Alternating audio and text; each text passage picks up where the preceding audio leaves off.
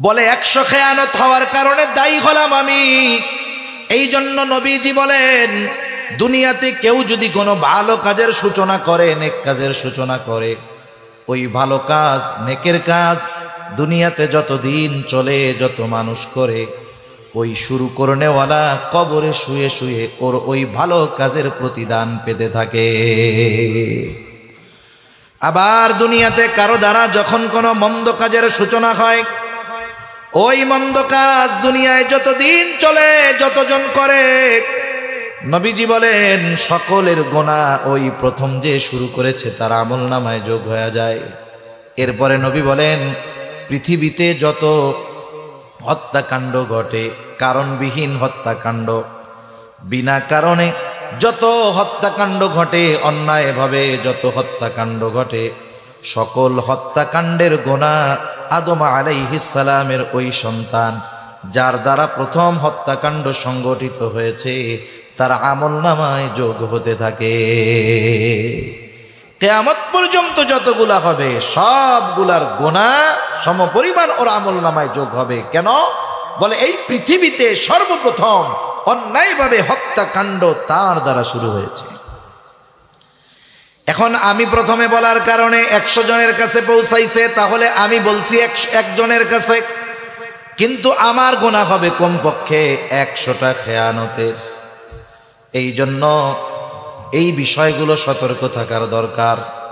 আবার অনেক সময় এটাও বুঝতে হবে কোন কথা আমানত আর কোন কথা আমানত নয়। সাধারণত একটা মানুষের যদি ন্যূনতম কমন সেন্স থাকে, বুদ্ধি থাকে, কথা বলার পরে সে বুঝতে পারে এই কথাটা গোপন রাখা দরকার নাকি এই কথাটা বলে দেওয়া দরকার। আমরা একবার কালিমাতুশ শুকর পাঠ করি, আলহামদুলিল্লাহ। অগণিত দুরুদ ও সালাম সৈয়দুল আম্বিয়া, আশরাফুল আম্বিয়া, খাতামুল আম্বিয়া, ইমামুল মুরসালিন, রহমাতুল লিল আলামিন, মুহাম্মাদুর রাসূলুল্লাহ সাল্লাল্লাহু আলাইহি ওয়াসাল্লামের উপর। আমরা যেই সময়টাতে এখানে বসতে পেরেছি, সাধারণত এই সময় মাহফিলে লোকজন আসে কম। এ সময় মানুষ কর্মব্যস্ততায় থাকে, তবে এই সময়টার দাম, মূল্য অনেক বেশি। যেমন যারা কোরআন হিফজ করে, হিফজখানার ভিতরে সবসময় যে সামনের নতুন পড়াই মুখস্থ করে, বিষয়টা এমন নয়। প্রত্যেকটা স্টেপ বাই স্টেপ কাজ করতে হয় নিয়মতান্ত্রিকতার ভিতরে। গোটা 24 ঘন্টার ভিতরে নতুন পড়া তথা সামনের পড়া যেই সময় মুখস্থ করা হয়, এটা হলো মাগরিব থেকে নিয়ে এশা পর্যন্ত। বাকি সময়টার অধিকাংশ সময় কাটে পেছনেরগুলো বারবার রিভিশন দেওয়ার জন্য, যেন পেছনেরগুলো না ভুলে যায়। কিন্তু মাগরিব থেকে এশা এই সময়টাতে সামনের পড়া কেন মুখস্থ করা হয়? অন্য সময়ও তো করা যাইত। বুজুর্গানে দিন বলেন, মাগরিব থেকে নিয়ে এশা এই সময়টাতে আল্লাহ তাআলার বিশেষ রহমত বান্দার উপরে বর্ষিত হয়। সুবহানাল্লাহ। এজন্য এই সময়টা গুরুত্বপূর্ণ একটি সময়। আল্লাহ তাআলা আমাদের যাদেরকে বসার তৌফিক দান করেছেন ব্যস্ততাকে উপেক্ষা করে, এটা আল্লাহ তাআলার পক্ষ থেকে বড় এক ইহসান, বড় এক দয়া। আমি আপনাদের খেদমতে পবিত্র কোরআনুল কারীমের সূরাতুন নিসার 58 নম্বর আয়াত তিলাওয়াত করেছি। আল্লাহ তাআলার কাছে তৌফিক চাই, আল্লাহ তাআলা অল্প সময়ে কিছু কথা আমাকে বলবার তৌফিক দান করেন, যে কথাগুলো আমাদের সবার দুনিয়া এবং আখিরাতের জন্য কল্যাণকর হয়। সকলে বলি আমিন। রমজান মাস যেহেতু সমাগত, সাধারণত এই সময়গুলাতে মসজিদের খতিব সাহেবেরা রমজান কেন্দ্রিক কথাগুলো বেশি বলে থাকেন। আমি এজন্য এই বিষয় আলোচনা না করে অন্য আর একটা বিষয় আলোচনা করার নিয়তে সূরাতুন নিসার 58 নম্বর আয়াত তিলাওয়াত করেছি। দেখুন, এ দুনিয়াতে দুটো শব্দ আমাদের খুব পরিচিত আছে। একটি হলো মুআমালাত আর একটা হলো মুআশারাত। মুআমালাত, মুআশারাত। মুআমালাত হলো লেনদেন, হক সম্পৃক্ত বিষয়, আর মুআশারাত হলো চরিত্রের সাথে সম্পৃক্ত বিষয়। মুআমালাত অনেক সময় অনেকে বলে একটা মানুষকে চেনার অন্যতম মাধ্যম হলো লেনদেন, আদান প্রদান। তাহলে একটা মানুষ মুআমালাতের মাধ্যমেই বোঝা যায় আসলে এই মানুষটার অভ্যন্তরীণ অবস্থা কি। আমাদের সমাজে অনেক মানুষ আছে, তিনি নামাজ পড়েন কিন্তু ওনার মুআমালাত, লেনদেন তথা হক সম্পৃক্ত বিষয় ঠিক নাই। এরকম আল্লাহর ওলি সমাজে আছে না নাই? কত হাজী সাহেব অন্যর জমির আইল কুপাইয়া নিজের মধ্যে ঢুকায় নিতেছে, এরকম হাজী সাহেবের অভাব এদেশে নাই, ঠিক কিনা? আছে অভাব? অভাব নাই, অনেক হাজী সাহেব আছেন এরকম। একটা জিনিস চিন্তা করে দেখেন, তাহলে মুআমালাত এটা হক সম্পৃক্ত বিষয়, আর মুআশারাত চরিত্রের সাথে সম্পৃক্ত বিষয়। একটা দিন একটা ঘন্টায় অথবা একটা দিন শুধু আলোচনা করে মুআমালাত সম্পৃক্ত বিষয়গুলো পূর্ণ আলোচনা করা অসম্ভব। আমি আপনাদের খেদমতে একটা দুইটা বিষয় আলোচনা করার জন্য পবিত্র কোরআনুল কারীমের ওই আয়াতটা ও রাসূল আকরাম সাল্লাল্লাহু আলাইহি ওয়াসাল্লামের অগণিত হাদিস থেকে একটা হাদিস পাঠ করেছি। আল্লাহ তাআলা এই আয়াতের মধ্যে মুআমালাতের অন্যতম গুরুত্বপূর্ণ দুইটি বিষয়কে আল্লাহ তাআলা উল্লেখ করেছেন।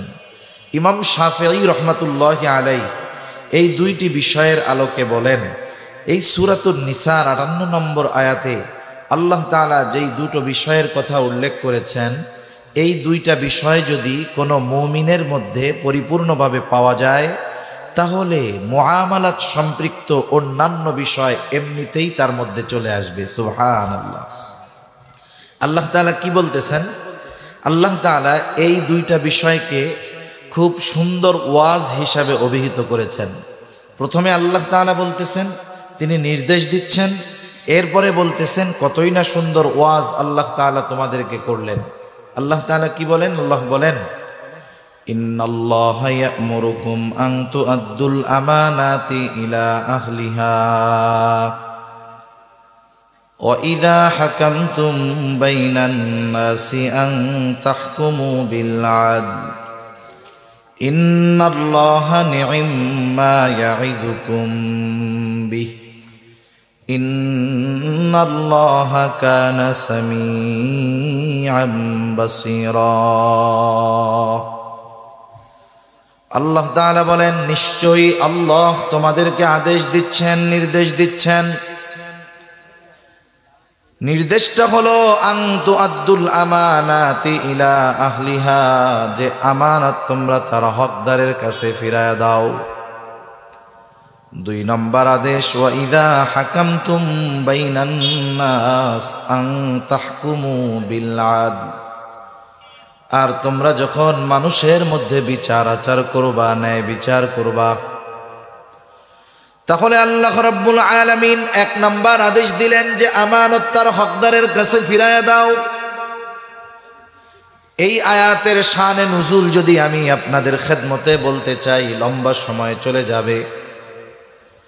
এই আয়াতটা যেই কারণেই নাজিল হোক না কেন, মুফাসসিরিনে কেরাম বলেন এখানে সব ধরনের আমানত উদ্দেশ্য। তার মানে আল্লাহ তাআলার নির্দেশ হলো, কারো আমানত, কারো হক যদি আমার আপনার কাছে থাকে, সেই প্রাপ্য ব্যক্তি যদি সে ভুলেও যায়, যে হক পাবে সে যদি ভুলেও যায়, আমার আপনার প্রতি নির্দেশ হলো তুমি নিজ দায়িত্বে তার আমানতের বস্তু ফিরায়া দাও। একজন আমার কাছে পায় কিন্তু তার মনে নাই, আমার মনে আছে, সে ভুলে গেলেও এটা আমাকে নিজ দায়িত্বে ফেরত দিতে হবে। আমাদের সমাজে অনেক মানুষ আছে, একটা উদাহরণ দেই আর কি। একজন বাজারে গেছে, বাজারে যাওয়ার পরে দোকানদারের কাছে গেছে, বাজার যা নেওয়ার নিয়েছে, এখন আসার সময় বলতেছে এটা আমার বাকি খাতায় লিখে রাখো, আমার নামে খাতায় লিখে রাখো। দোকানদার তো একা, তার কাছে অনেক মানুষ, অনেক ক্রেতা আসে, সে লিখতে ভুলে গেছে, তার আর মনে নাই। 10 দিন পর এই লোক গেছে যে দেখেন তো খাতায় আমার নামে কোনো বাকি আছে নাকি। দোকানদারের তো লিখতে মনে নাই, খাতা উল্টায় পাল্টায় দেখে কোনো বাকি কোনো কিছু ওনার নামে লেখা নাই। না ভাই, কোনো কিছু বাকি লেখা নাই আপনার নামে। লেখা নাই মানে উনি পাবে না, বিষয়টা এমন নাকি? পাবে, কিন্তু উনি ভুলে গেছে, লিখতে মনে নাই, কিন্তু এর তো মনে আছে। এখন শয়তান আইসা ওয়াসওয়াসা দেয়, ওর যেহেতু মনে নাই, লেখাও নাই, তাইলে দেওয়াও লাগবে না। অথচ দায়িত্বটা হলো আমার, সে আমার কাছে পায়, সে ভুলে যাক, আমাকে নিজ দায়িত্বে তার হকটা ফিরিয়ে দিতে হবে, এটাই হলো নিয়ম। সেই বস্তুটা যদি আমানতের বস্তু হয় তাহলে বিষয়টা আরো জটিল, কারণ আমানতদারিতা এটা হলো মুমিনের ভূষণ। আমানতদারিতা শুধুমাত্র আমল সম্পৃক্ত একটি বিষয় এমনটা নয়, বরং নবীজি জানায় দেন আমানতদারিতা হলো ঈমান সম্পৃক্ত বিষয়। একজনের ঈমান ঠিক আছে, আমলে কিছু ত্রুটি আছে, আল্লাহ তাআলা চাইলে মাফ করে দিতে পারে। কিন্তু একজনের ঈমানে যদি ত্রুটি থাকে, যেই সমস্ত বিষয় ঈমানের সাথে সম্পৃক্ত, এই রকম বিষয়গুলোর মধ্যে যদি ত্রুটি থাকে তাহলে তার আমল নষ্ট হয়ে যাওয়ার সম্ভাবনা আছে।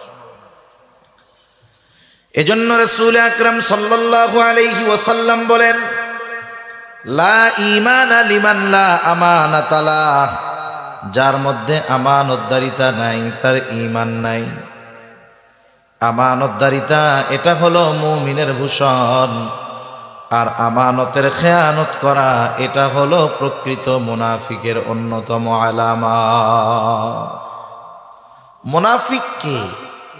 যে ঈমানকে প্রকাশ করে, কুফরিকে গোপন রাখে। মূল হলো সে কাফের, কিন্তু ওটাকে গোপন রেখে সে মানুষের সামনে ইমানদারের মতো থাকে। এটা কাফেরের চাইতেও খারাপ, প্রকাশ্য কাফেরের চাইতেও খারাপ। যেমন কোনো মানুষ যদি অসুস্থ হয়, তার অসুস্থতার আলামত যদি প্রকাশ পায়, রোগ যত বড় হোক, আলামত প্রকাশ পেলে ওটার ট্রিটমেন্ট করা যায়। কিন্তু একটা রোগ আছে ক্যান্সার, এই রোগটা এমন সময় আলামত প্রকাশ করে যখন 80% পার হয়ে যায়। ক্যান্সারের আলামত প্রকাশ পাওয়ার পরে সুস্থ হওয়াটা বড় কঠিন হয়ে যায়। এই যে ক্যান্সার, এই জীবাণু যেমন ভয়ানক, এর চাইতে বেশি বিপজ্জনক ভয়ানক হলো নেফাকি।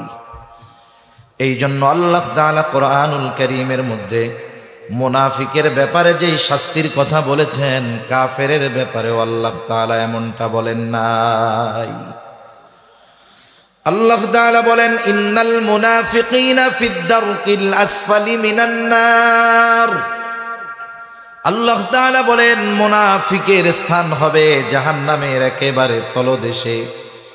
ওয়ালান তাজিদা লাহুম নাসীরা, তার জন্য কোনো সাহায্যকারী নাই।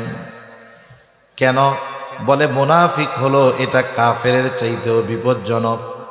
প্রকাশ্য শত্রুর মোকাবেলা করা সহজ, সে যত শক্তিশালী হোক না কেন, কিন্তু যে নিজেকে গোপন রাখে, লুকায় রাখে, সে বড় বিপজ্জনক, সে যতই দুর্বল হোক না কেন।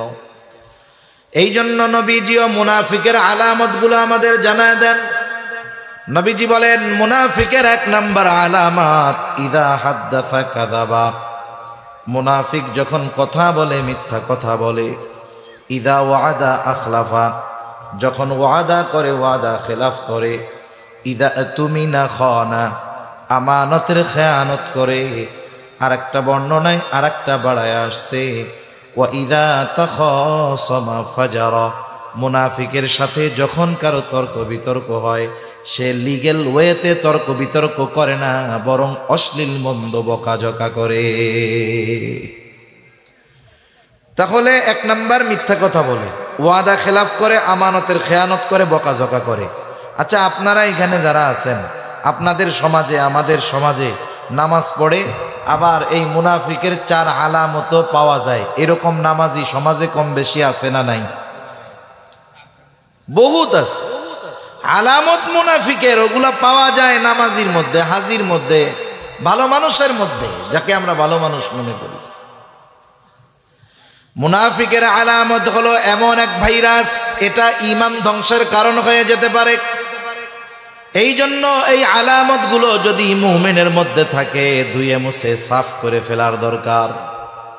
তাহলে এই মুনাফিকের আলামতগুলোর মধ্যে অন্যতম একটি আলামত হলো ইদা তুমিনা খানা, আমানতের খেয়ানত করা। আর মুমিন আমানতের হেফাজত করবে, এটাই তো মুমিনের ভূষণ। এখন বিষয় হলো, যেই বিষয়টার সম্পৃক্ততা ঈমানের সাথে, এই বিষয়গুলোর ব্যাপারে প্রত্যেকটা মুমিনের বিস্তারিত ধারণা থাকার দরকার আছে না নাই?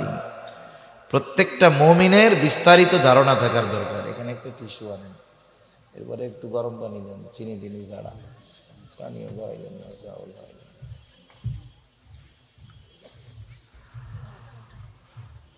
তাহলে আমাদের উচিত এই বিষয়গুলো আমাদের মধ্য থেকে কি করা, বের করে ফেলা। আমানতদারিতার ব্যাপারে স্বচ্ছ ধারণা থাকার দরকার। আমানতদারিতার ব্যাপারে স্বচ্ছ ধারণা না থাকার কারণে অনেক মুমিন অনিচ্ছায় আমানতের খেয়ানত করে ফেলে।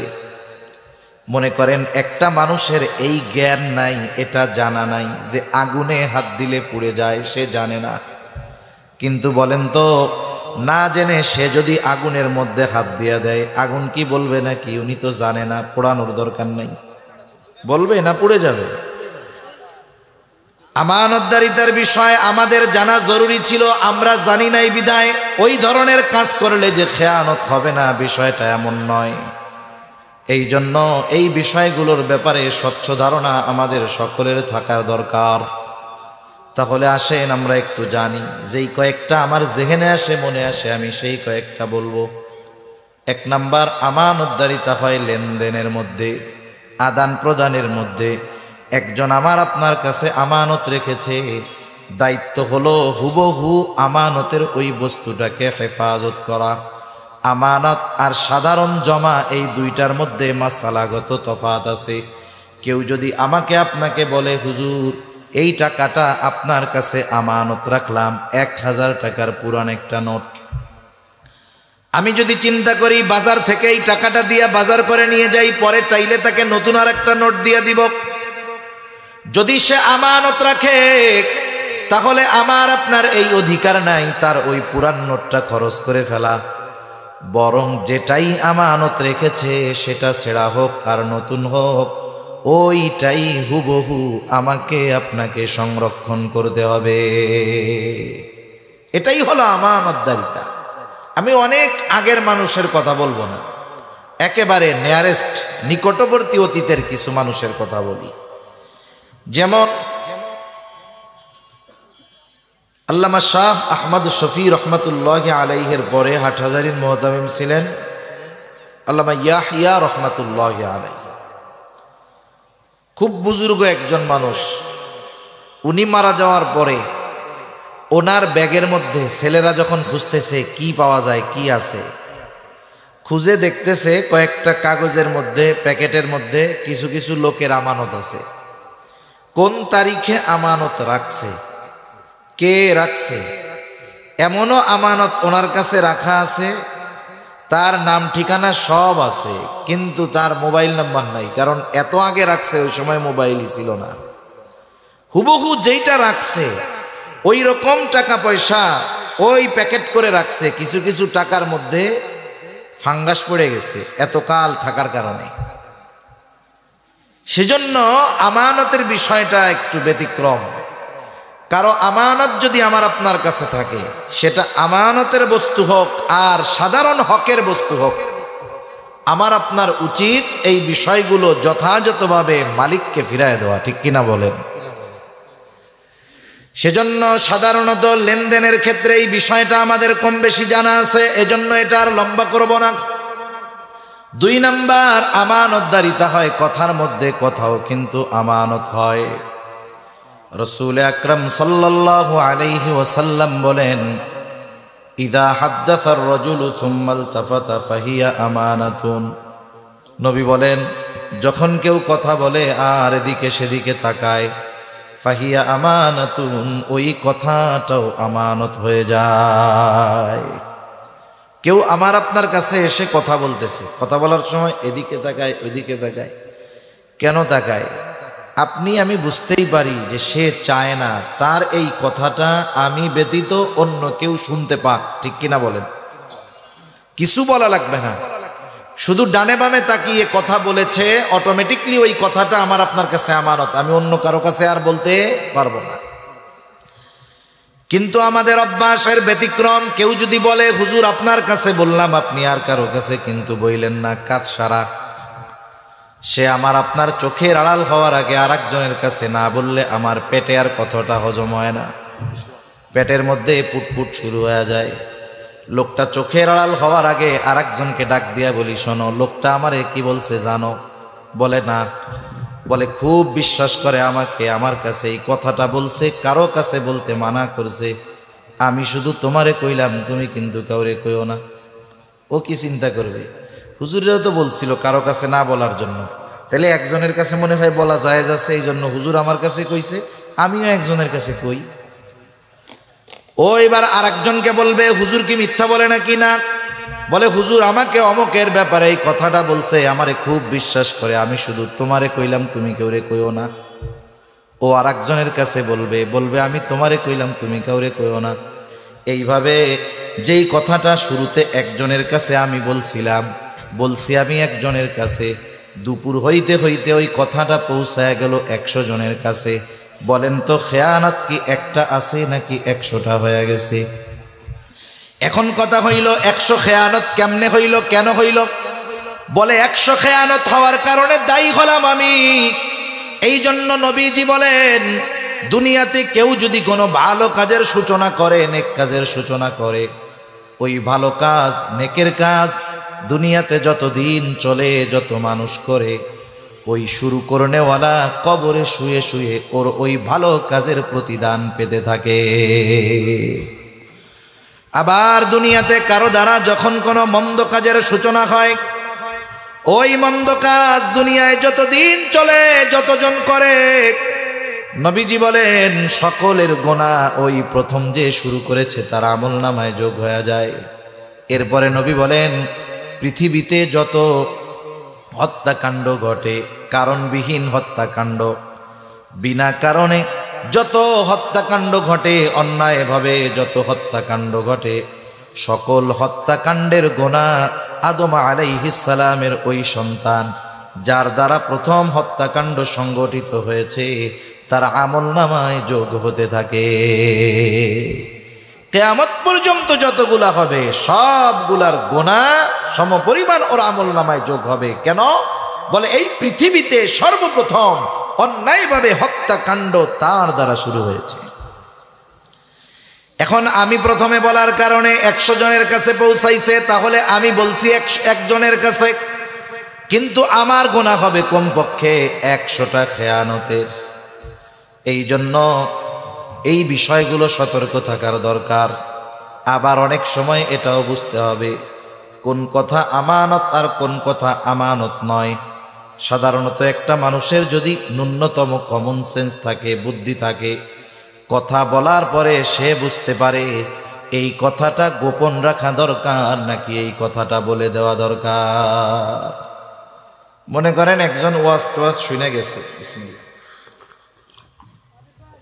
শুনে গেছে, যাওয়ার সময় একজন ওনারে বলতেছে, চাচারে বলতেছে, ডানে বামে তাকায় এরকম বলছে, চাচা চাচা আমি আজকে ওই বাড়িতে চুরি করবো চাচা। এখন চাচা মনে করতেছে কি ওয়াজ যে হুজুর করলো, ডানে বামে তাকাইয়া বলল যে আমি ওই বাড়িতে চুরি করবো, তাহলে তো কথাটা আমানত হয়ে গেছে।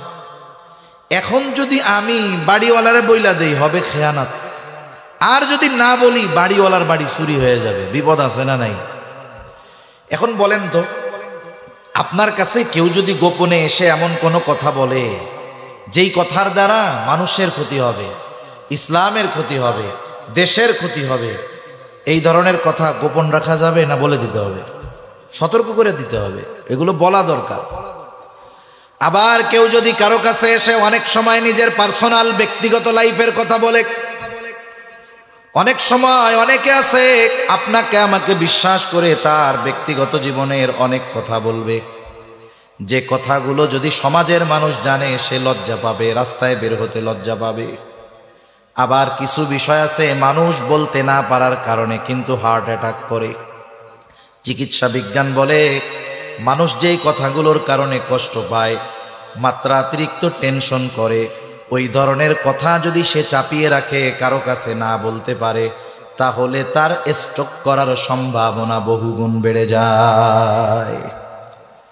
এখন মনে করেন আমার আপনার কাছে আইসা একজন গোপনে তার সব কথা বলছে, কিছু পারিবারিক কথা বলছে, মনে করেন কথাবার্তা এমন অবস্থায় গেছে, বউ দইরা তারে পিটাইছে, কথার কথা। এ সমাজে অনেক আছে। আমাদের কাছে অনেক সময় মেসেজ দিয়া বলে, ফোন দিয়া বলে, হুজুর এইরকম সংসার করতেছি, বলতে পারি না কারো কাছে। আপনাদের কাছে বলি, বললে একটু বুকটা হালকা হয়, নাহলে কার কাছে বলবো? এগুলো তো আর বন্ধু বান্ধবের কাছেও বলা যায় না, ওগুলার দিয়েও বিশ্বাস নাই, বইলা দিবে মানুষের কাছে। এখন বলেন, এইরকম একটা কথা আমার আপনার কাছে বলছে, কেন বলছে? আমাকে বিশ্বাস করে, আমার প্রতি আপনার প্রতি আস্থা আছে, এই জন্য তার এই ব্যক্তিগত লাইফের একটা কথা আমার আপনার সাথে শেয়ার করছে। বলেন তো, এই কথাটা যদি সমাজের মানুষ জানে, লজ্জা পাবে কি পাবে না? এখন আমার সাথে এখন তার সম্পর্ক ভালো, আমি এই কথাটা গোপন রাখলাম। আমাদের দেশে তো একটা মানুষের সাথে সম্পর্ক সব সময় সবার ভালো থাকে না, সম্পর্কেরও জোয়ার ভাটা হয়। এক সময় সে আমার দলের মানুষ ছিল, এই জন্য আমি তার গোপন কথাটা কারো কাছে বলি নাই, কিন্তু একটা সময় সে আমার বিরোধী দলের হয়ে গেছে। এখন এক সময় ছিল বন্ধু, এখন সে আমার দুশ্মন। এখন আমি তার ওই গোপন কথাটাকে অস্ত্র বানাই, বলি বেশি তিরিং বিরিং করবা না, কথা যদি বলো সব তোমার ব্যাপারে জানি, মানুষের কাছে কিন্তু কয়া দিমু, হাটে হাড়ি ভাঙা দিব, তখন কিন্তু লজ্জায় মুখ দেখাইতে পারবা না। বলেন তো, আমানত কি শুধু বন্ধুর কথাকে রাখতে হবে, অথবা আমানতের হেফাজত কি শুধু মোমেনদেরটাই করতে হবে?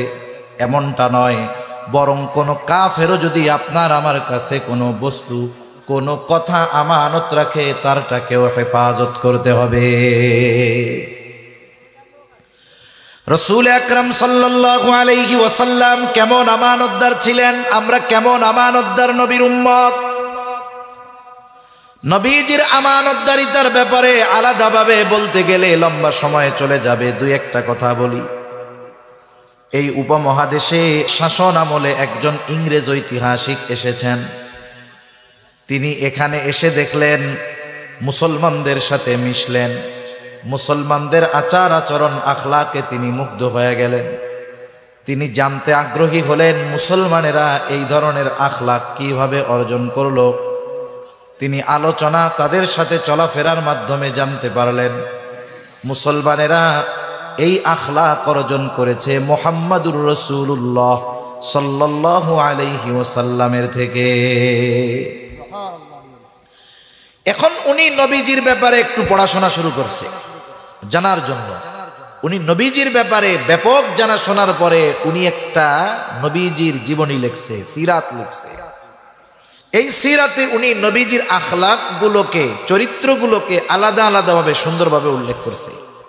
একজন অমুসলিম সে তার ভাষায় নবীজির ব্যাপারে বলতেছে যে মুহাম্মদ এমন আমানতদার বিশ্বস্ত মানুষ ছিল, সে মুসলমানদের প্রফেট, মুসলমানদের নবী।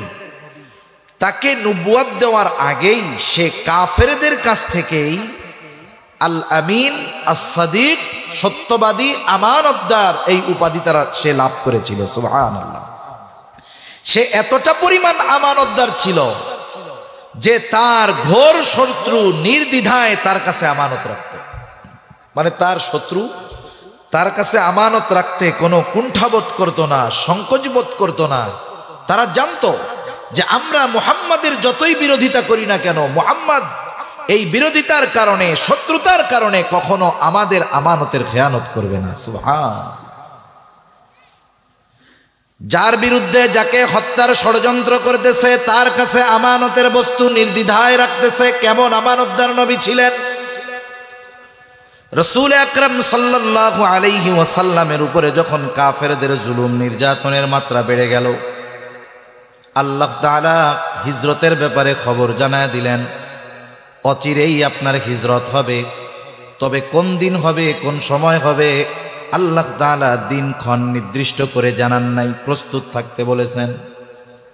কাফেররাও চিন্তা করতেছে, এখন তো আর আবু তালেব বেঁচে নাই, এখন যদি মুহাম্মদকে আমরা দুনিয়া থেকে বিদায় করে দেই, কেউ আমাদেরকে বাধা দিতে আসবে না। সব গোত্রের মানুষ একত্রিত হলো, নেতারা একত্রিত হলো। সর্বশেষ পরামর্শ হলো এই হত্যাকাণ্ডে প্রত্যেক গোত্র থেকে এক একজন অংশগ্রহণ করবে। যাতে করে এক গোত্রের মানুষ অপর গোত্রকে দোষারোপ না করতে পারে। কেউ যদি কাউকে বলে তাহলে বলবে তোমার গোত্রের প্রতিনিধিও ছিল, লোকও ছিল, তাহলে কি হবে? সাপ মরবে, লাঠিও ভাঙবে না। এই চিন্তা করে তারা পরামর্শ নিল, প্রত্যেক গোত্র থেকে এক একজন যুবকের উপস্থিতিতে আজ রাত্রেই মুহাম্মদকে দুনিয়া থেকে চিরতরে বিদায় করে দেওয়া হবে। তারা যখন এই সিদ্ধান্তে উপনীত হলো, আল্লাহ তাআলা জানায়া দিলেন, ও পয়গম্বর, আজ রাত্রে আপনার হিজরতের সফর শুরু হবে। নবীজি ঘরের মধ্যে অবস্থান করতেছেন, চারদিক দিয়ে কাফেররা ঘিরে রাখছে। নবীজির ঘর কংক্রিট দিয়ে, ইট সিমেন্ট বালু দিয়ে বানানো ছিল না। নবীজিও জানেন যে তাকে হত্যা করার জন্য তার ঘরের চারদিকে কাফেররা ঘিরে রাখছে সশস্ত্র অবস্থায়। নবীজি হিজরতের প্রস্তুতি নিচ্ছেন। নিজের ঘরে হযরত আলী রাদিয়াল্লাহু তাআলা আনহুকে রেখে নবীজি হিজরতের উদ্দেশ্যে বের হলেন। আল্লাহ তাআলা তাদের চোখের উপরে পর্দা ফালায়া দিল। নবীজি নির্দ্বিধায় বের হয়ে গেলেন। এখন কথা হলো, কেন আলী রাদিয়াল্লাহু তাআলা আনহুকে নিজের বিছানায় রেখে গেলেন? কারণ নবীজি যখন হিজরত করবেন তখনও নবীজির কাছে কাফেরদের রাখা কিছু আমানত ছিল। আমরা হলে চিন্তা করতাম যাদের কারণে দেশ ছাড়া লাগতেছে তাদের সম্পদ ফেরত দেওয়ার দরকার কি, এগুলো নিয়ে যাই। কিন্তু নবীজি যাদের কারণে হিজরত করা লাগতেছে, দেশ ছাড়া লাগতেছে, মক্কা থেকে মদিনায় চলে যাওয়া লাগতেছে, নবীজি মদিনায় গেছেন আল্লাহ তাআলার নির্দেশ, ঠিক আছে, কিন্তু দৃশ্যমান কিছু কারণ আছে। নবীজি যখন মক্কা থেকে মদিনায় যান, এর দৃশ্যমান কারণগুলোর মধ্যে অন্যতম কারণ হলো কাফেরদের মাত্রাতিরিক্ত অত্যাচার, জুলুম। নবীজি যখন মদিনার উদ্দেশ্যে রওনা হয়েছেন, বারবার নবীজি কাবার দিকে ফিরে তাকায়, বায়তুল্লাহর দিকে তাকায়। নবীজির দু চোখ দিয়ে অশ্রু পড়তেছে, আর নবীজি বলতেছেন, ও মক্কা, আমি তোমার বুকে অতিবাহিত হয়েছে আমার শৈশব, কৈশোর, যৌবন। ও মক্কারে, আমি তো কখনো তোমাকে ছেড়ে যেতে চাই নাই, কারণ তোমার বুকেই আছে বায়তুল্লাহ, আল্লাহর ঘর। কিন্তু তোমার বুকে বসবাসকারী কিছু সন্তান আমাকে তোমার কাছে থাকতে দিল না। তাহলে কত কষ্ট, কত ব্যথা, এটা নিয়ে নবীজি মদিনার উদ্দেশ্যে হিজরত করেছেন।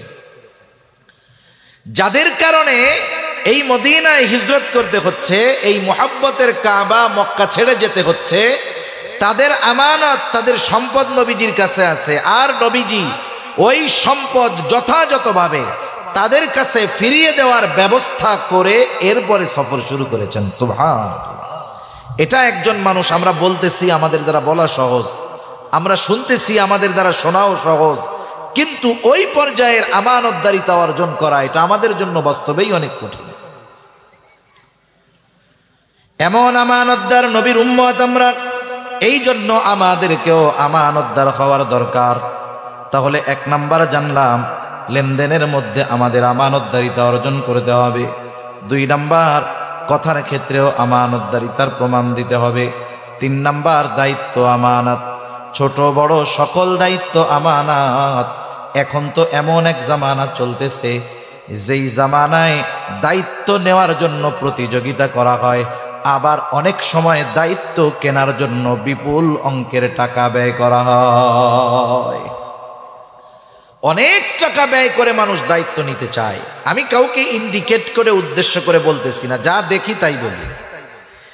মনে করেন অনেক জায়গায় শুনি এরকম যে নমিনেশন, চেয়ারম্যানই নমিনেশন নিতে 5 কোটি টাকা লাগছে। কত ব্যয় হয়েছে? 5 কোটি টাকা। উনি চেয়ারম্যান হবেন কেন?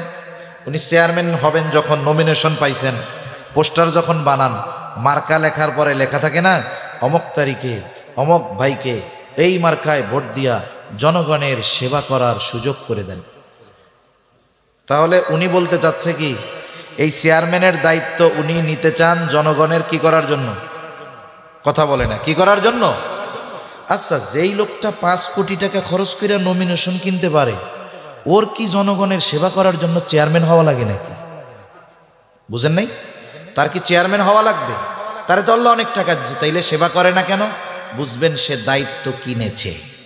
সে দায়িত্ব কি করেছে? দায়িত্ব কিনেছে। অথচ এমন এক জামানা ছিল মানুষ দায়িত্ব নিত না, বরং দায়িত্বের কথা শুনলে পালায়া যাইত। সম্ভবত হযরত আবু যর গিফারি রাদিয়াল্লাহু তাআলা আনহুর ব্যাপারে আছে। একবার আলোচনা হইতেছে রাষ্ট্রের এই গুরুত্বপূর্ণ দায়িত্বটা কাকে দেওয়া যায়। আবু যর গিফারি রাদিয়াল্লাহু তাআলা আনহুর অনুপস্থিতিতে ওনার নাম একজন প্রস্তাব করেছে, অমককে দায়িত্বটা দেওয়া যায়।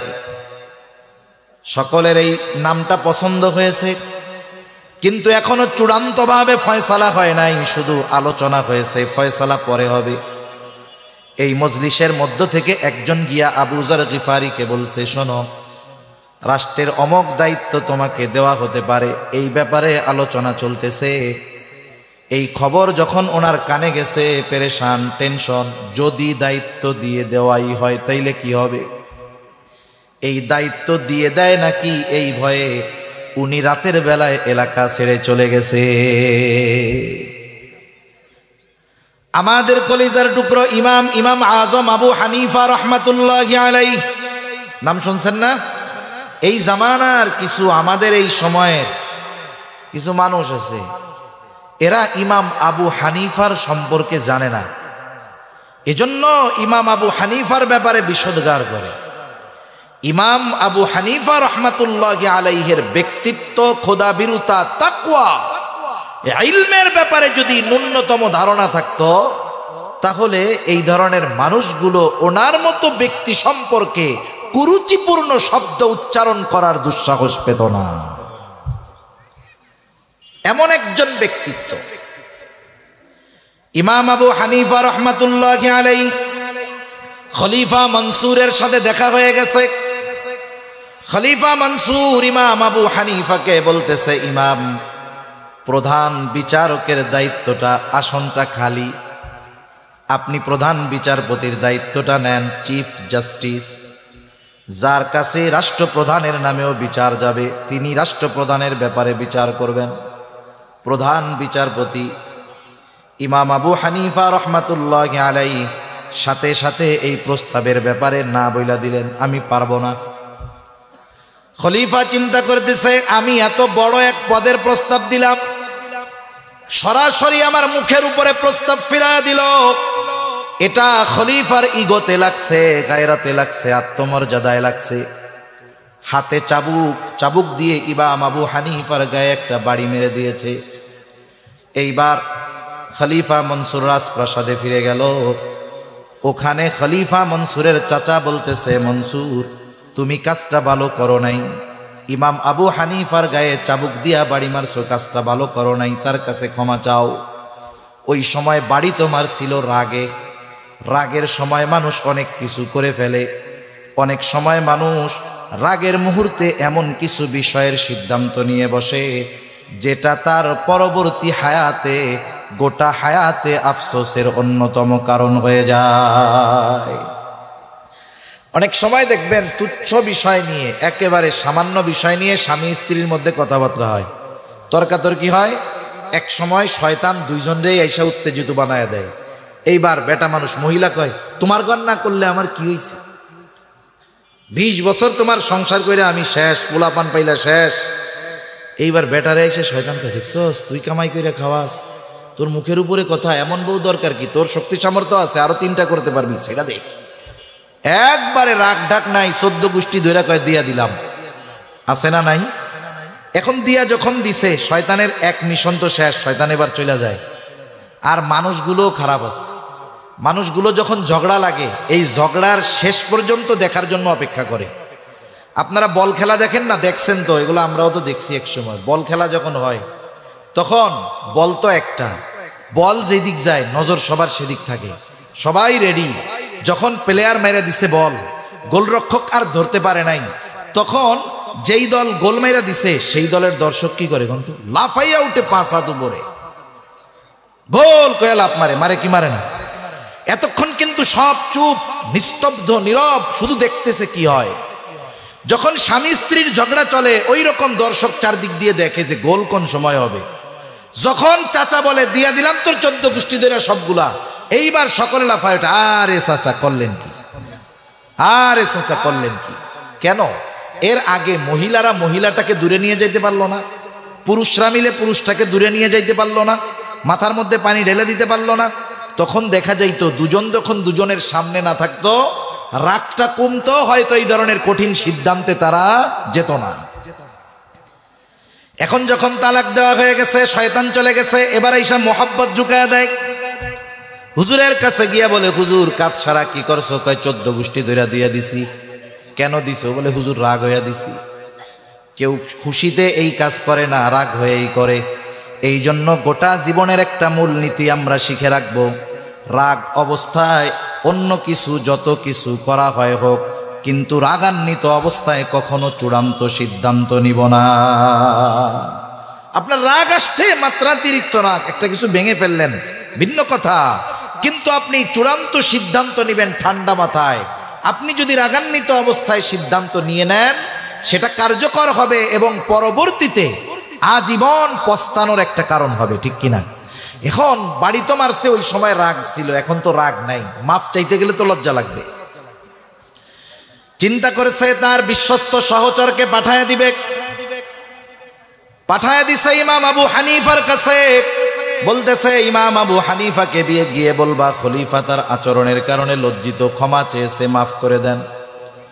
সাথে সাথে 1 থলে স্বর্ণ মুদ্রা দিয়া বলে, শোনো ইমাম আবু হানিফাকে এটা আমার পক্ষ থেকে হাদিয়া দিয়া দিবা, আর এটাও বলবা এই হাদিয়া যদি আপনি গ্রহণ করেন তাহলে খলিফা নিশ্চিত হবে যে আপনি তাকে ক্ষমা করে দিয়েছেন।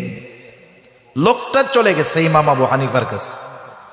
ইমাম আবু হানিফার কাছে গিয়ে বলতেছে যে খলিফা ওই আচরণের জন্য লজ্জিত, দুঃখিত, মাপ চাইছে, মাফ করে দেন। ইমাম আবু হানিফা বললেন ঠিক আছে, মাফ করে দিছি। এখন ওই লোক বলে, আপনি যে মাফ করলেন, খলিফা তো নিশ্চিত হবে তখন, এই যে হাদিয়া দিয়েছে এটা আপনি যখন গ্রহণ করবেন তখন। ইমাম আবু হানিফা বলতেছে না, হাদিয়া গ্রহণ করা যাবে না, তুমি নিয়ে যাও, মাফ করে দিছি। লোকটা বারবার জোরাজুরি করার পরে বলতেছে, খলিফা হাদিয়াটা পাঠিয়েছে, আপনি রাখেন। ইমাম আবু হানিফা বলতেছে না, রাখা যাবে না। লোকটা বলে, আপনি রাখেন, আপনার ব্যবহার করার দরকার নাই, আপনি দরকার হয় কাউকে সদকা করে দিয়েন। ইমাম আবু হানিফা বলতেছে, তোমার কাছ থেকে রাখার পর এটা আমি সদকা করলাম নাকি নিজে ব্যবহার করলাম সেটা বিষয় নয়, বরং তোমার খলিফা জানবে ইমাম আবু হানিফা আমার হাদিয়া গ্রহণ করেছে, এটাই হবে মূল বিষয়। এজন্য রাখা যাবে না, ফেরত নিয়ে যাও। লোকটা আরো জোরাজুরি করতেছে। এইবার ইমাম আবু হানিফা বলতেছে, তোমার খলিফা আমাকে এত হাদিয়া দিল, পেল কোথায়? কোন রাষ্ট্রের পরিচালক ওই রাষ্ট্রের সম্পদের মালিক নয়, বরং রক্ষণাবেক্ষণের দায়িত্ব তাকে দেওয়া হয়েছে। এজন্য আমাদের দেশের সিস্টেম যেটা, মেম্বারের একটা সম্মানী ভাতা আছে না নাই? চেয়ারম্যানের, এমপি সাহেবের, মন্ত্রীর, প্রাইম মিনিস্টারের, রাষ্ট্রপতি, প্রত্যেক দেশে এই সিস্টেম আছে। আফসোস কি জানেন, করোনাকালীন সময়ে ইংল্যান্ডের প্রধানমন্ত্রী কি ক্যামেরন যেন এটার নাম, এই বলতেছে আমি প্রধানমন্ত্রিত্ব ছাইড়া দিব। কেন? বলে আমি এই প্রধানমন্ত্রীর দায়িত্ব নেওয়ার পরে আমার সংসারের খরচ চালাইতে পারতেছি না। ইংল্যান্ডের প্রধানমন্ত্রী বলতেছে আমি প্রধানমন্ত্রিত্ব ছেড়ে দিব। কেন? বলে আমি যা পাই এ দিয়ে আমার পরিবারের খরচ চলে না। আর আমাদের দেশে কোনো মতে মেম্বার একটা হইতে পারলে হইছে। 5 বছর আগে গাছতলায় বাড়ি ছিল, 5 বছর পরে 5 তলা, মাশাআল্লাহ। কোথায় গেছে অবস্থা, কোথায় আমানতদারিতা? ইমাম আবু হানিফা বলতেছে, শোনো, খলিফাকে রাষ্ট্রের পক্ষ থেকে যেই পরিমাণ ভাতা দেওয়া হয়, ভাতা, ওর বাইরে 1 টাকা নিজের কাজে ব্যবহার করার অনুমতি নাই। যেহেতু উনি রাষ্ট্রীয় কোষাগার থেকে এটা দিয়েছে, এটা আমাকে দেওয়া তার জন্য বৈধ হবে না।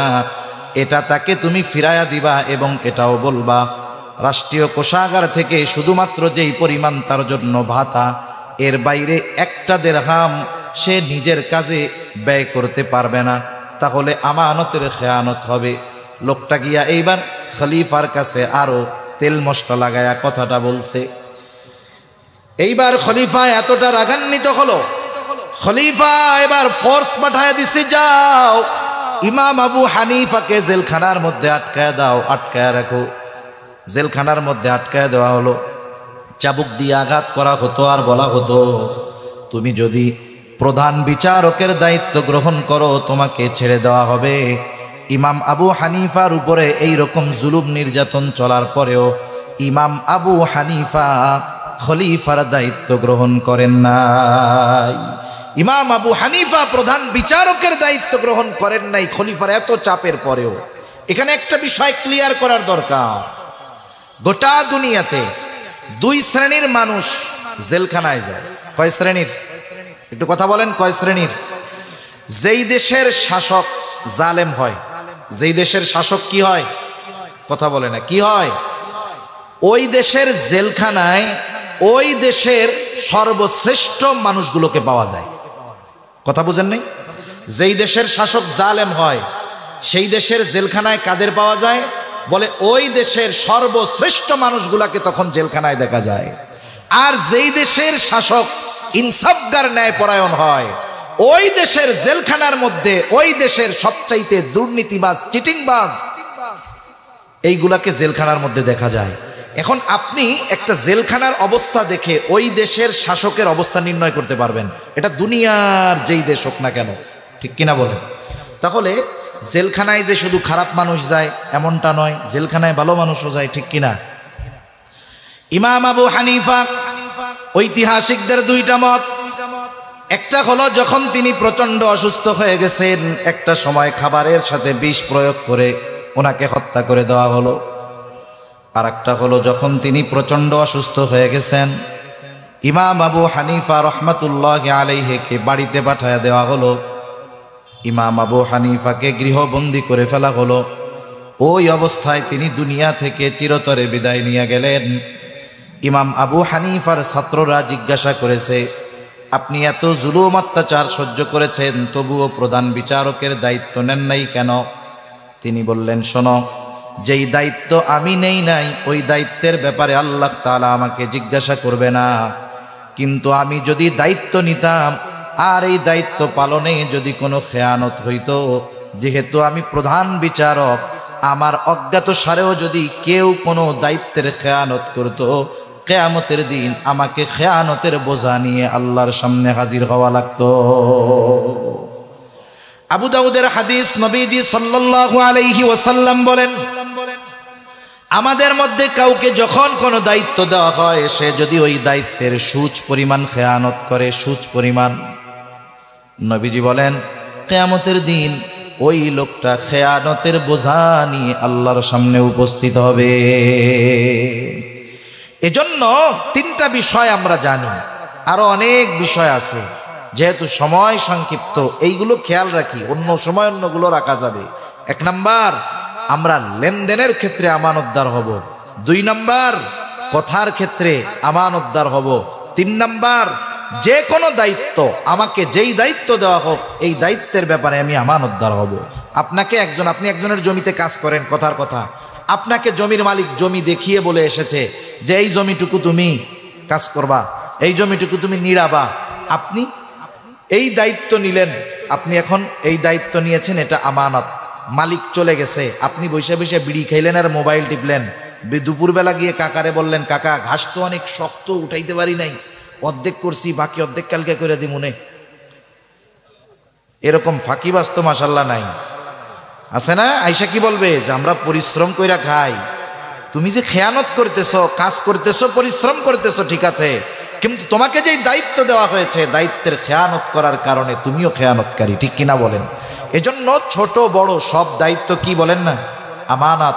শিক্ষক, তার শিক্ষকের দায়িত্ব যথাযথভাবে পালন করা আমানত। এক কথায় প্রত্যেকটা দায়িত্ব আমানত। আমি আমানতদারিতার বিষয় আর বলবো না। দ্বিতীয় বিষয় যেটা, আল্লাহ তাআলা বলেন, ওয়াইদা হাকামতুম বাইনান নাসি আন তাহকুমু বিল আদল, তোমরা যখন মানুষের মধ্যে বিচার আচার করবা, ন্যায় বিচার করবা, সেটা রাষ্ট্রের প্রধান বিচারক হোক, জজ কোর্টের জজ হোক, আর গ্রাম্য সালিশ হোক, গ্রাম্য সালিশের মধ্যে যখন কেউ বিচারের সুযোগ পাবে, আমাদের দেশে কিছু সালিশকারক আছে, এটা হলো কিসের করাত জানি কয়, দুই পাশেই কাটে। হ্যাঁ, রামের করাত, যাইতেও কাটে আসতেও কাটে, আছে না? মনে করেন সালিশ হবে, বাদী বিবাদী, বাদীর কাছে যায় বলে যে শোনো, অভিযোগ তো দিছো, আমরা কিন্তু ওরে 5 লাখ জরিমানা করে দিব, 2 লাখ আমাকে দিতে হইব। ও চিন্তা করে 3 লাখ পাইলে তো হইছে। আবার এবার বিবাদীর কাছে যায়, শোন তোর জরিমানা তো 10 লাখ করার সিদ্ধান্ত হয়েছে, আমাকে 2 লাখ দিস, 5 লাখ করে দিব না। এই জায়গাও খাইলো, এই জায়গাও খাইলো, এরকম ন্যায় বিচারক তো আলহামদুলিল্লাহ নাই। সেজন্য একজন যদি 2 জন মুমিনের মধ্যেও ফয়সালাকারী হিসাবে তাকে নির্ধারিত করা হয়, এমনি 2 জনের মধ্যে দ্বন্দ্ব বাঁধছে, 2 জন আমাকে ডাক দিয়ে বলতেছে, ভাই আমাদের এই সমস্যাটা, এই বিবাদটা আপনি একটু মীমাংসা করে দেন। আমি যদি দেখি যে এখানে একজন আমার আপনজন, আমি যদি তার পক্ষে যাই, বলেন তো ইনসাফ হবে? আল্লাহ রাব্বুল আলামিন বলেন, ওয়ালা ইয়াজরিমান্নাকুম শানাআনু কওমিন আলা আল্লা তা'দিলু ই'দিলু হুয়া আকরাবু লিত্তাকওয়া। আল্লাহ রাব্বুল আলামিন বলেন, কোন কওমের প্রতি বিদ্বেষের কারণে, শত্রুতার কারণে তাদের ব্যাপারে কোনো সময় অবিচার করা যাবে না। তার মানে আমার শত্রুও যদি আমার কাছে ন্যায় বিচারের আশায় আসে, আমাকে শত্রু এই কারণে তার উপরে অবিচার করা যাবে না, বরং ওই জায়গাটাতেও আমাকে ন্যায় বিচার করতে হবে। আমি 2টা ঘটনা বলে শেষ করে দিব। নামাজ মনে 8টায় না? 8টায় নামাজ। প্রথমত দেখেন, খলিফাতুল মুসলিমিন হযরত ওমর রাদিয়াল্লাহু তাআলা আনহু বাজারে গেছে। বাজারে গিয়ে একজন ইহুদির কাছ থেকে ঘোড়া কিনছে। গেছে কে? বলে খলিফাতুল মুসলিমিন ওমর রাদিয়াল্লাহু তাআলা আনহু। কে তিনি? বলে ওনার সময় তিনি প্রায় পৃথিবীর 3 ভাগের 1 ভাগ, এই 3 ভাগের 1 ভাগের শাসক হযরত ওমর রাদিয়াল্লাহু তাআলা আনহু গেছে বাজারে ঘোড়া কিনতে। কিনেছে কার কাছ থেকে? কিনছে একজন ইহুদির কাছ থেকে। ঘোড়াটা দেখে শুনে কিনে বাজারের বাইরে এসে উঠতে গেছে, এখন দেখে ঘোড়ার পায়ে সমস্যা। আবার তিনি বাহির থেকে ফিরে আসতেন বাজারের মধ্যে, ইহুদিকে এসে বলতেছে, তোমার ঘোড়ায় সমস্যা, তোমার ঘোড়া তুমি ফেরত নাও। ইহুদি বলে, না আমার ঘোড়া ভালো, আপনি বড় ঘোড়া কিনছেন। আর খলিফাতুল মুসলিমিন বলে, না তোমার ঘোড়া ভালো না। 2 জনের মধ্যে তর্ক বিতর্ক লেগে গেছে। এইবার হযরত ওমর রাদিয়াল্লাহু তাআলা আনহু বলতেছেন, শোনো, তোমার আর আমার মধ্যে এই বিবাদ নিরসনের জন্য তৃতীয় আরেকজনকে তুমি বিচারক হিসাবে মানো। একজন ইহুদি, ওই সময়ে মুসলিমদের মধ্যে কেমন ন্যায় পরায়ণতা ছিল, সে আরেকজন ইহুদিকে তার পক্ষে বা বিচারের জন্য, সালিশ করার জন্য বিচারক হিসাবে নিযুক্ত করে নাই। সে একজন মুসলমান, তার নাম হলো সুরাইহ। বলতেছে, খলিফা, আমার আর আপনার মাঝে এই বিবাদ নিরসনের জন্য সুরাইহ যেই ফয়সালা দিবে আমি মেনে নিব।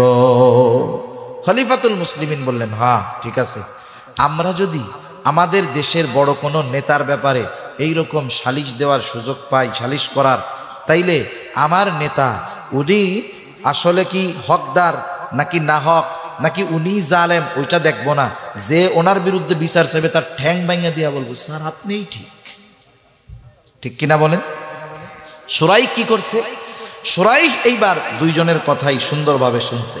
বিচারকের জন্য এটা একটা শিক্ষা, নবীজির এক হাদিসের মধ্যে আসছে, সে বাদী বিবাদী উভয়ের কথা সমগুরুত্ব সহকারে শুনবে, এরপরে ন্যায় পরায়ণতার ভিত্তিতে সে ফয়সালা দিবে। এখন উনি 2 জনের কথাই শুনছে, শোনার পরে বলতেছে, খলিফাতুল মুসলিমিন আপনি কি চান? বলে, আমি তো ঘোড়াটা ফেরত দিতে চাই। বলতেছে, আপনি ঘোড়া ফেরত দিবেন এবং ইহুদি ঘোড়া ফেরত নিতে বাধ্য। তবে আপনি যখন ঘোড়া কিনেছিলেন ঘোড়ার অবস্থা কেমন ছিল? বলে, যখন দেখছি তখন তো ভালো ছিল, কিনছি যখন ভালো ছিল, যখন বাজার থেকে বাহিরে নিয়ে গেলাম দেখলাম এই সমস্যা। বলে, খলিফাতুল মুসলিমিন ইহুদি ঘোড়া ফেরত নিতে বাধ্য, তবে আপনি যেমন ঘোড়া কিনেছেন তেমনটা তাকে ফেরত দিতে হবে। খলিফাতুল মুসলিমিন চুপ। একটু পরে বলতেছে, হ্যাঁ এটাই ন্যায় বিচার। এটাই কি বলেন? ন্যায় বিচার। এখন রায় দিছে, এটা কি খলিফার পক্ষে গেছে না বিপক্ষে গেছে? গোটা দুনিয়ার মধ্যে দেখবেন প্রধান বিচারক রায় যদি রাষ্ট্রপ্রধানের বিপক্ষে যায়, একেবারে চাকরিওশাই জীবন যাওয়ার আশঙ্কা, দেশান্তর হয়ে যেতে হবে, ঠিক কিনা বলেন? কিন্তু খলিফাতুল মুসলিমিন ওমর কি করলেন? সাথে সাথে বলতেছে, এটাই ন্যায় বিচার, তুমি আজকেই চলে যাও, কুফার প্রধান বিচারকের আসন খালি, আমি শিলমোহর মাইরা দিলাম, তোমার নিয়োগ দিয়ে দিলাম, আজকেই তুমি চলে যাও, আমার পক্ষ থেকে তোমাকে আজকে থেকে প্রধান বিচারকের দায়িত্ব দিয়ে দেওয়া হলো। এরা ন্যায় বিচার কইরা পাইছে পুরস্কার, আর আমরা ন্যায় বিচার করলে পাই তিরস্কার। এবার একটা হাদিস বলে আলোচনা শেষ। নবীজি সাল্লাল্লাহু আলাইহি ওয়াসাল্লামের কাছে একজন মহিলা চুরি করছে, তার ব্যাপারে বিচার আসছে। মহিলা হলো কুরাইশ বংশের মাখজুম গোত্রের মহিলা। কুরাইশ বংশ, কুরাইশা গোত্র ছিল সবচাইতে প্রসিদ্ধ। একটা হলো হাশেমি, যেই গোত্র হলো পৃথিবীর সর্বশ্রেষ্ঠ গোত্র। আমার আপনার নবী এই গোত্রে জন্মগ্রহণ করেছেন, কুরাইশ বংশের হাশেমি গোত্র। আরেকটা হলো উমাইয়া, আরেকটা হলো মাখজুম। এই মাখজুম গোত্রের মহিলা একজন চুরি করছে। কুরাইশ বংশের মহিলা, গোত্র ভিন্ন কিন্তু বংশ তো কুরাইশ, চুরি করছে। এখন সাহাবা একরাম চিন্তা করতেছে, নবীজি ভিতরে চিন্তা করতেছে, নবীর বংশের মহিলা চুরির কারণে যদি হাত কাটা যায়, তাইলে কাফেররা বলা বলি করবে, দেখ নবীর বংশের এই যে মহিলারা চুরি করে বেড়ায়। আমাদের সমাজে অনেক সময় আসে না, মোল্লা হোক মুন্সি হোক আর যে হয় তা হোক, এক বংশের একজন মানুষ চুরি করছে, আমাদের অভ্যাস কি, এখন ওইটা মনে করেন মুন্সি গোষ্ঠীর বা মোল্লা গোষ্ঠীর একটা ছেলে চুরি করছে, আমরা ওই চোরের এই চুরিটার ব্যাপারে সকলকে অপবাদ দেই। মানুষকে কি বলি, ও তোমরা তো চোরের বংশের মানুষ। এখন চুরি তো করছে সে, আপনি যখন গোটা বংশ ধরে উল্লেখ করলেন চোর, অপবাদ দিলেন। ইসলাম থাকলে 80টা বেতের বাড়ি দেওয়া হইতো। ইসলাম থাকলে কয়টা দেওয়া হইতো? বেতের বাড়ি। এই যে অপবাদ দিলেন, এতে আপনার কবিরা গুনাহ হয়েছে।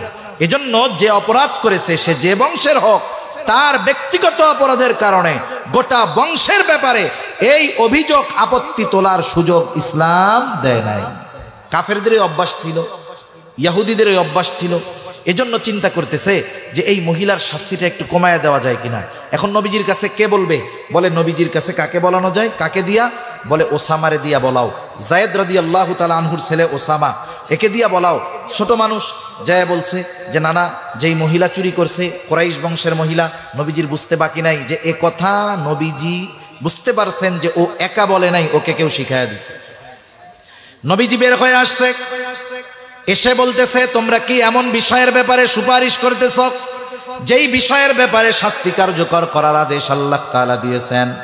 এরপরে নবীজি বললেন, শোনো, তোমাদের পূর্বে বহুত কওমকে আল্লাহ তাআলা ধ্বংস করে দিয়েছে এই কারণে যে তাদের মধ্যে যখন শরীফ বংশের, উচ্চ বংশের কোনো মানুষ চুরির অপরাধে আটক হইত, ওই যে উচ্চ বংশের মানুষ শাস্তি না দিয়া তাকে ছেড়ে দেওয়া হতো। আবার যখন কোনো দরিদ্র মানুষ, দুর্বল মানুষ একই অপরাধে আটক হতো, তার উপরে শাস্তি কার্যকর করা হতো। নবীজি বলেন, ওই আল্লাহর শপথ যার হাতে আমার প্রাণ, এই মহিলার জায়গায় যদি মুহাম্মাদের কন্যা ফাতেমাও হইতো, আমি অবশ্যই তার হাতটাকে কেটে দিতাম। তাহলে গুরুত্বপূর্ণ দুইটা বিষয়ের কথা আল্লাহ তাআলা বলেছেন। 1 নম্বর, আমাদেরকে আমানতদার হতে হবে। 2 নম্বর, ন্যায়পরায়ণ, ন্যায় বিচারক হতে হবে।